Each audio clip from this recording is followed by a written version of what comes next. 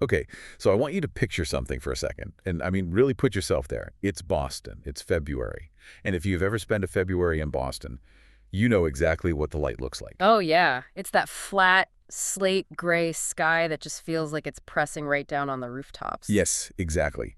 And it's snowing. Not the pretty Christmas card kind of snow, but the heavy, wet stuff. The Yeah. kind that dampens every single sound in the city. The kind of snow that really just makes you want to hide inside. It completely muffles the world. Right. So you're walking down a side street on Beacon Hill. The wind is just cutting right through you. And you see a shop sign creaking a little bit in the wind. It says Old Devil's Bookstore. You step inside, the bell chimes, the door shuts, and suddenly the entire city is just gone. It smells like old paper and dust, maybe some bitter coffee in the back. Exactly. It's warm, it's quiet, it is a sanctuary. And for a certain type of person, I mean, that smell of decaying paper is honestly better than fresh air. It really is. Yeah. But it is a very specific kind of sanctuary. You look at the shelves and, well, this isn't the place to buy a cookbook or the latest celebrity memoir. You are literally surrounded by murder. Just shelves and shelves of mystery novels, noir, psychological thrillers. Stories about deceit, about the darkest things people do to each other. And standing right there behind the counter is Malcolm Kershaw. Mal. He's the manager. And he's a guy who really thinks his life is just about selling these stories. He's a widower. He's very quiet, very solitary. He lives completely vicariously through these books. He thinks he is perfectly safe behind that counter. Until the door opens. Right, the cold air rushes in. And the person walking in isn't some customer looking for a first edition of The Big Sleep. It is the FBI. And this is exactly where the sanctuary shatters. Because the agent, Gwen Mulvey, she hasn't come to buy a book. No, she hasn't. She's come because of something Mal wrote years ago, a blog post. Just a simple listicle he threw up on the bookstore's website on a slow Tuesday. And that, right there, is the hook for today's deep dive. We are doing a deep dive into 8 Perfect Murders by Peter Swanson today. And if you are a fan of the genre, if you love Agatha Christie or Highsmith or James M. Cain, this book is basically a love letter to you. Yeah. But it is a deeply poisoned love letter. It really is a poisoned love letter. It's Yeah. a complete psychological hall of mirrors, because the entire premise is that Mal's blog post, which was titled 8 Perfect Murders, was just supposed to be internet trivia. Just a fun little engagement tool for the store. Like, hey, here are 8 books where I think the killer actually pulled off the perfect crime. Right. But now, years later, the FBI is standing in his shop telling him that someone isn't just reading that list, someone is actively using it. They're using it as a checklist, like a template. Yeah. They're ticking off the entries one by one, but they aren't using pen and paper. They're using real bodies. Just hearing that premise gives me chills every time. It creates this incredibly terrifying bond between the reader and the killer. It really does. So today, we're going to unpack all of this. We're going to look at the list itself, because honestly, the books Mal chose are fascinating on their own.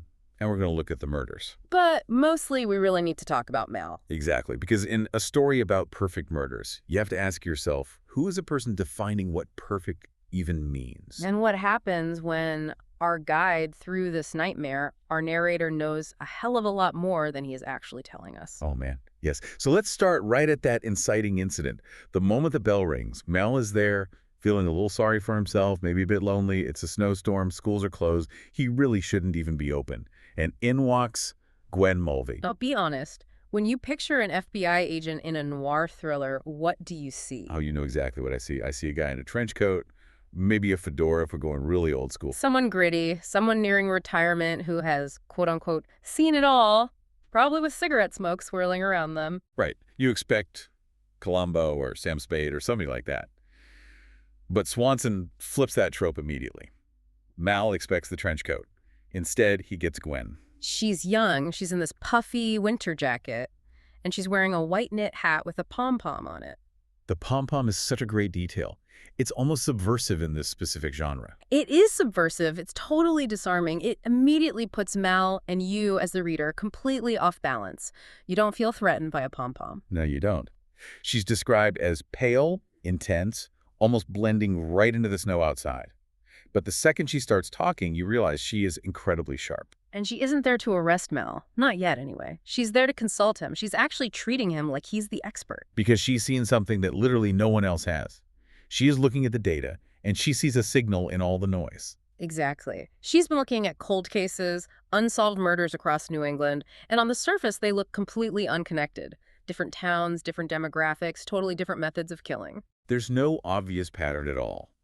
One is a poisoning, one is a drowning, one looks like an accident on the train tracks. Police departments usually don't talk to each other about things that look so different. Until you pull up Mel's blog post from 2004. That is the key right there. Right. Gwen realized that these unsolved crimes aren't random at all. They're perfectly mimicking the plots of the specific books Mal chose for his list. She has essentially reverse engineered the killer's library card. Which is such a cool concept. So before we even get into the bodies, we have to look at this list. Because as a fan of the genre myself, when I first saw the list in the book, I literally stopped reading the story and just stared at the title. Oh, same here. I was totally judging his taste. Right. I was thinking, okay, does he have the classics? Does he have the deep cuts? What makes a murder perfect to a guy who reads murder all day long? And it is a connoisseur's list. Mal didn't just pick the most famous books. He didn't pick The Godfather or Silence of the Lambs or anything like that. He picked books where the murder is genuinely clever. Where the system is completely beaten. Where the killer outsmarts the actual mechanism of justice. So let's break down a few of them, because if you don't understand the books on this list, you really can't understand the crime scenes later. Let's do it. The first one he lists, and maybe the most famous one on there, is Agatha Christie's The ABC Murders. Oh, a total classic. An absolute titan of the genre. For anyone who hasn't read it, or maybe hasn't seen the David Suchet adaptation on TV, what makes that murder perfect in Mal's eyes? Because Poirot does catch the killer in the end. Yeah, it does catch him, yes. But the concept was perfect. It's the needle in a haystack concept, but completely inverted. In the ABC Murders, the killer wants to murder a specific person. Let's call them Person C. Okay. But if you just go and kill Person C, the police are going to look at Person C's enemies. They look at motives. Right. The husband, the business partner, the person who owes them a lot of money. That is always step one for detectives. Exactly. So to hide that motive, the killer commits a series of alphabetical murders. They kill Person A in Town A, Person B in Town B, then they kill the real target, Person C in Town C, and then they keep going to D. Oh, man. So the police think, oh, wow, we have a maniac on our hands. A serial killer who is obsessed with the alphabet. Right. They completely stop looking for a personal motive for Person C because they just assume Person C was random bad luck. They were just letter C. That is brilliant camouflage. You hide a premeditated, highly personal murder inside a random serial spree. You're creating an entire forest just so you can hide one specific tree. Precisely. Now, next on the list is Double Indemnity by James M. Cain. This is pure, unadulterated noir. Even if you haven't read the book, you have probably seen the classic movie. Definitely. And this one is all about the mechanics of the accident. The plot revolves around an insurance investigator and a femme fatale who want to kill her husband for the insurance money. But it has to look like an accident to get the payout. Specifically, it has to trigger the double indemnity clause. Which is the clause that pays double if the death happens on a train, right? Or on some form of public transport. Exactly. It's a very rare occurrence, so it pays out huge. So the perfect aspect here is the staging of it all. They kill the man, then they actually place his body on the train tracks to make it look like he fell from the moving train. It's about making cold-blooded murder look like incredibly bad luck. It's manipulating the very bureaucracy of death. Then we have the one that I think is really the pivot point for the entire novel we're talking about today. Strangers on a Train by Patricia Highsmith. Oh, this is the big one. This is the concept that drives so much of modern thriller fiction. The idea is so simple but so terrifying. Two strangers meet. Usually on a train, obviously, hence the title. They get to talking, and they both have someone in their lives they want dead. Person A hates his wife. Person B hates his father. But they can't just kill them, because they would be the absolute prime suspects. If I kill my wife, I am the very first person the cops are going to talk to. So they swap. I kill your wife. You kill my father. I have absolutely no motive to kill your wife. I have never even met her. I am from a completely different city. I leave no trace of passion or anger at the crime scene. The police can investigate me all day long, and they will never, ever find a connection to the victim. It completely removes the one thing that solves almost every single murder in the real world, the relationship between the killer and the victim. It is terrifying because it relies entirely on trust between two psychopaths. You have to trust that the other guy will actually hold up his end of the bargain after you've committed murder for him. Which is a very fragile thing. Highsmith explores that paranoia beautifully. And Swanson definitely uses that same paranoia in 8 Perfect Murders. Okay, and Mal also includes Death Trap by Ira Levin, which is technically a play, but Mal counts it for his list. He does. And the method there is entirely psychological. It's about inducing a heart attack in someone who has a known weak heart. You literally scare them to death. Right. It's perfect because there is no weapon. The autopsy just shows heart failure. I mean, how do you prove a jump scare in a court of law? You really can't. It Yeah. creates total plausible deniability. Then he has The Secret History by Donna Tartt. A modern classic. This one is about a group of classic students at a college who kill a peer and stage it as a fatal fall during a hike in the woods. It's all about the group pact, the absolute silence of the collective. The perfection comes from the shared alibi and creating the perfect illusion of an accident in the wild. And then The Red House Mystery by A.A. Milne. And yes, for anyone wondering, the Winnie the Pooh guy actually wrote a murder mystery. And a really good one. It's a locked room mystery style. The trick there is creating a fake persona. The killer invents a person, completely plays that person, commits the murder as that person, and then the persona just vanishes. The police end up looking for a man who literally never existed. It's so clever. He also includes Malice Aforethought by Anthony Berkeley Cox, which is a doctor overdosing an addict to make it look accidental. And finally, The Drowner by John D. MacDonald. Which, as the title suggests, involves drowning someone to make it look like a tragic swimming cramp or an accident. Water washes away a lot of evidence. There are no fingerprints on water. So you look at this list and you think, okay, Mal has great taste. It's a fun intellectual exercise. It's a great blog post for a snowy afternoon. But then Gwen Mulvey starts talking, and it stops being intellectual real fast. Right. She starts describing the real bodies. And she starts with what she calls the bird murders. This is the killer's connection to the ABC murders. Remember, in Christie's book, it's ABC, Alice Asher, Betty Barnard, Carmichael Clark. But in reality, in the world of our story, the killer isn't using the alphabet. They are using bird names. Which is just bizarre. It takes it from logical to almost completely obsessive. It's highly theatrical. The victims are Robin Callahan, Jay Bradshaw, and Ethan Bird, spelled B-Y-R-D, a robin, a jay, and a bird. And just so the police didn't miss the point, what did the killer do? Because usually killers want to hide, right? They want to fade into the background. Not this one. This one wants an audience. They sent feathers. Literal feathers to the police stations after each murder. That is the detail that tells you this isn't just about killing for the sake of killing. This is deeply about ego. 100%. The killer is signing their work. They are saying, I am smarter than you. I am following a script, and you still cannot catch me. They are mimicking the alphabet concept, hiding a real murder inside a series, but they're twisting it just enough to make it their own. They are adapting the source material. Exactly. And Gwen starts connecting the other dots for Mal. She tells him about a man named Bill Manso. Found dead on train tracks. A direct, undeniable homage to Double Indemnity. The local police thought it was a suicide or a drunk accident, but Gwen sees the check mark on the list. And then Elaine Johnson. This is the pivotal one. This is where everything changes. This is the one that really hits hard. Elaine was an older woman. She had a very severe heart condition. She was found dead in her home, apparently of a sudden heart attack. But there were signs of a break-in, right? A smashed window, some mud on the floor, but absolutely nothing was stolen from the house. The killer broke in just to scare her, to trigger the heart attack. That is death trap. It was a murder without a bullet or a blade. And this is the moment in the book where the floor just completely drops out for Mal. Because up until now, he's listening to Gwen and thinking, okay, this is weird. Some psycho found my blog. It's distant. It's an anomaly. But when she mentions Elaine Johnson, Mal's blood runs totally cold. Because Elaine Johnson wasn't just a random name in a police file. She was a regular customer at Old Devil's bookstore. Mal knew her personally. He recommended books to her. He probably smiled and chatted with her when she bought them. That shifts the entire dynamic. Suddenly, the killer isn't just reading the blog. The killer is watching Mal. The killer knows who walks into his shop. It moves from an intellectual exercise, someone playing a weird game with a list, to a direct personal threat. The killer is communicating directly with Mal through these botters. It's an incredibly intimate act of violence. It is. It's like the killer is saying, I did this for you. I used the book you liked. On the customer you knew. Are you watching me? So Gwen leaves. She gives him her card, tells him to call if he thinks of anything at all. And Mal is left alone in his apartment. And this, for me, was the first massive shock of the book.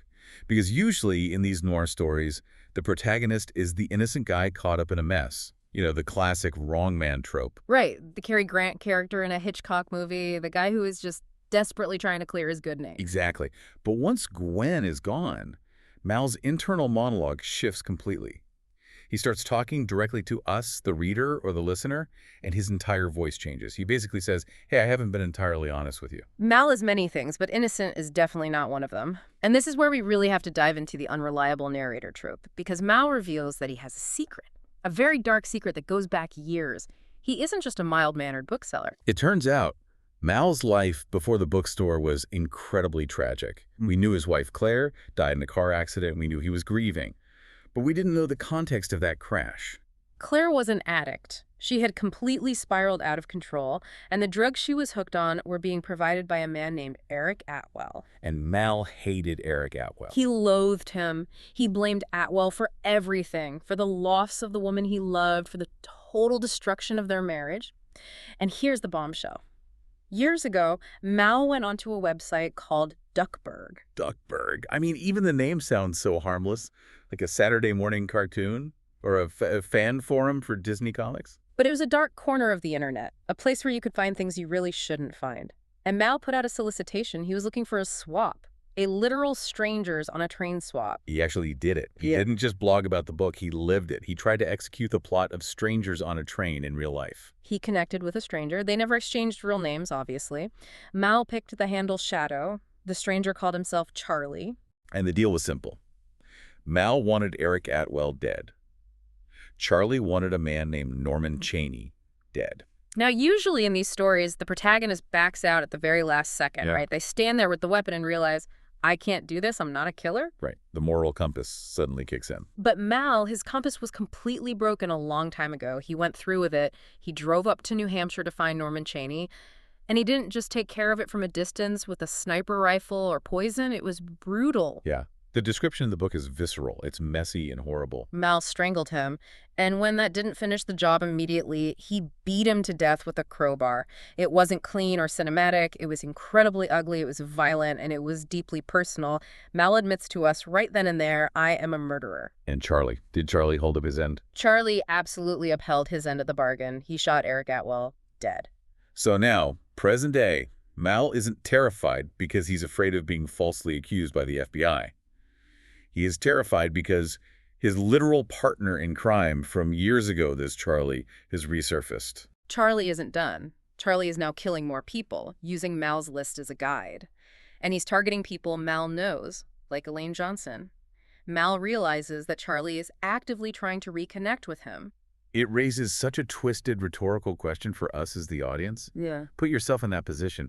Who do you even root for here? That's a great question. The actual detective in this story is Gwen Mulvey, but we are stuck in Mal's head. Mal is trying to solve the case, sure, but he's also trying to desperately hide his own past crime from Gwen. He's investigating the murders and covering up a murder at the exact same time. It creates this completely suffocating tension. Mal is hunting a killer, but he is also being hunted by his own past. And Charlie knows exactly which buttons to push. Mal actually finds a comment on his old blog post, a recent comment, and it's signed by Dr. Shepard. Oh, I love that detail so much, Dr. Shepard. That is a deep cut for the Christie fans out there. It really is. It's a direct reference to the murder of Roger Ackroyd. Spoiler alert for a book from 1926, I suppose, but the narrator of that book, Dr. Shepard, actually turns out to be the killer. So Charlie is directly taunting him with that name. He's saying, I know exactly who you are. I know you're the narrator of this little story, and I know you're a killer. I see you. I know you are lying to the FBI agent. So Mal goes on the offensive. He thinks, okay, I have to find Charlie before Gwen finds me. He starts looking into the man he murdered, Norman Chaney. He figures if he can just understand why Charlie wanted Chaney dead in the first place, he can identify who Charlie actually is. Which is pretty good detective work. It's exactly the kind of logic you learn from reading 1,000 mystery novels. And it actually leads him to a man named Nick Pruitt. Nick Pruitt was Norman Chaney's brother-in-law, right? Exactly. It fits perfectly. Pruitt is an English professor, so he would definitely know the books on Mal's list. And he had a clear motive to want Chaney dead. So Mal tracks him down. He goes to confront him, fully expecting a showdown. He's ready to end this whole thing. He thinks he has finally found his Charlie. But instead, he walks into another crime scene. He finds Nick Pruitt dead. Just another body. Mal is always just one step behind this guy. And it's not just any death. Pruitt is found with an empty bottle of scotch and clear signs of an overdose. It's entirely staged to look like a sad accident or a suicide. Which links directly back to malice aforethought on the list, the doctor who intentionally overdoses the addict. Charlie is always one step ahead. It's infuriating and it's terrifying. Mal really thought he was closing in, but Charlie killed the prime suspect just to tie up a loose end, and to basically gift Mal another perfect murder from the list. It's like Charlie's saying, no, no, you don't get to solve this yet. We aren't done playing our game.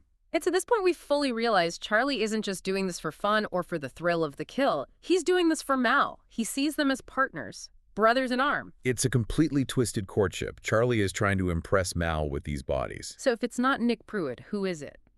The reveal, when it finally comes, is genuinely shocking because it's someone so incredibly unassuming. It's Marty Kingship. Marty, the ex-cop from Smithfield. He's a regular at Old Devil's bookstore. He's the guy Mal casually has beers with. The guy Mal complains about the winter weather to. He's basically the guy who helps you shovel your walk. It is always the person you least expect, isn't it? The nice guy fading into the background. But looking back, the clues are definitely there. Marty's an ex-cop, so he obviously knows forensics inside and out. He knows how to clean a crime scene. He knows how to avoid leaving DNA. He knows how the police think, because he literally was the police. And when Mal finally confronts him, or rather, when Marty happily reveals himself, the motive is fascinatingly warped. Why did Marty do it? Right, because he didn't even know these people initially. Marty confesses everything to Mal, and he describes the moment he killed Eric Atwell, the drug dealer Mal wanted dead on Duckburg, as a deeply spiritual experience. He actually calls it a Wizard of Oz moment. Like when the movie turns from black and white to color. Exactly that. He said before the murder, his world was entirely gray, it was dull, it was meaningless. But after the murder, everything was vibrant. He felt truly alive. He felt purpose for the first time. That is chilling. It suggests that for Marty, murder wasn't a crime to get away with. It was a total awakening. It gets even deeper than that. Mal essentially introduced Marty to two things, reading and murder. Mal gave him the list of classic books, and Mal gave him the target for his very first kill. So in Marty's mind, those two things are inextricably linked together forever. He became utterly obsessed with completing the set of the 8 perfect murders as a grand tribute to Mal. He genuinely thinks they are bonding over this. He thinks this is a friendship bracelet, but made out of corpses. That is a very vivid way to put it, but yes, essentially. And there is a real twist on morality here that Marty clings to. He points out to Mal that he only kills bad people. Robin Callahan promoted adultery. Bill Manso was a creeper and a thief. Marty views himself as a vigilante artist. He really thinks Mal should be proud of him. He thinks they are cleaning up the world together, one book at a time. Which leads us directly to the climax of the story, the final setup. Marty has one major book left to check off the list in a big way, the Red House Mystery. This is the endgame. Marty captures Mal. He physically takes him to the home of Brian Burry. Now, Brian is the co-owner of the bookstore, a very famous author, and Mal's actual real-life friend. Marty has broken into his house. And this part is just gruesome. It is. Marty has already killed Brian's wife, Tess, and disposed of her body. He has cleared the stage completely. He has set the scene for the grand finale. What exactly is the plan? Why bring Mal to his friend's house? He wants to frame Mal for Brian's murder. He wants Mal to shoot Brian while he sleeps and then simply vanish. Remember, in the Red House Mystery, the killer creates a fake persona and then disappears entirely. Marty wants Mal to become that vanishing man. He thinks he's giving Mal an out. He thinks he's giving him the ultimate gift. He thinks, Mal is a killer, just like me. Mal needs to escape the FBI because Gwen is closing in. So he sets up this incredibly elaborate scenario where Mal can kill Brian, take the credit for the murders, and disappear to live a life on the run. Just like in the noir books they both love so much. He hands Mal a revolver. He honestly, truly believes they are partners. He thinks Mal will enjoy the kill, just like he enjoyed killing Norman Chaney with the crowbar. It is the ultimate test of Mal's character. Marty is standing there, smiling, literally waiting for Mal to execute his best friend. It's a test of loyalty versus his darkest humanity. Mal takes the gun. He looks at Brian sleeping in the bed. He looks at Marty. He holds the heavy weight of the weapon in his hand. And he turns. He doesn't shoot Brian. He shoots Marty. Point blank right in the chest. And the description of that exact moment is something I really can't shake. The text says Marty looks almost pleased as he dies. Because in his twisted logic, the cycle is totally complete. Violence has been answered with violence. He died by the gun just as he lived by it. He is satisfied. It's a completely poetic ending for him. He was killed by his creator, in a sense. So the police arrive. Marty is dead. Brian is saved.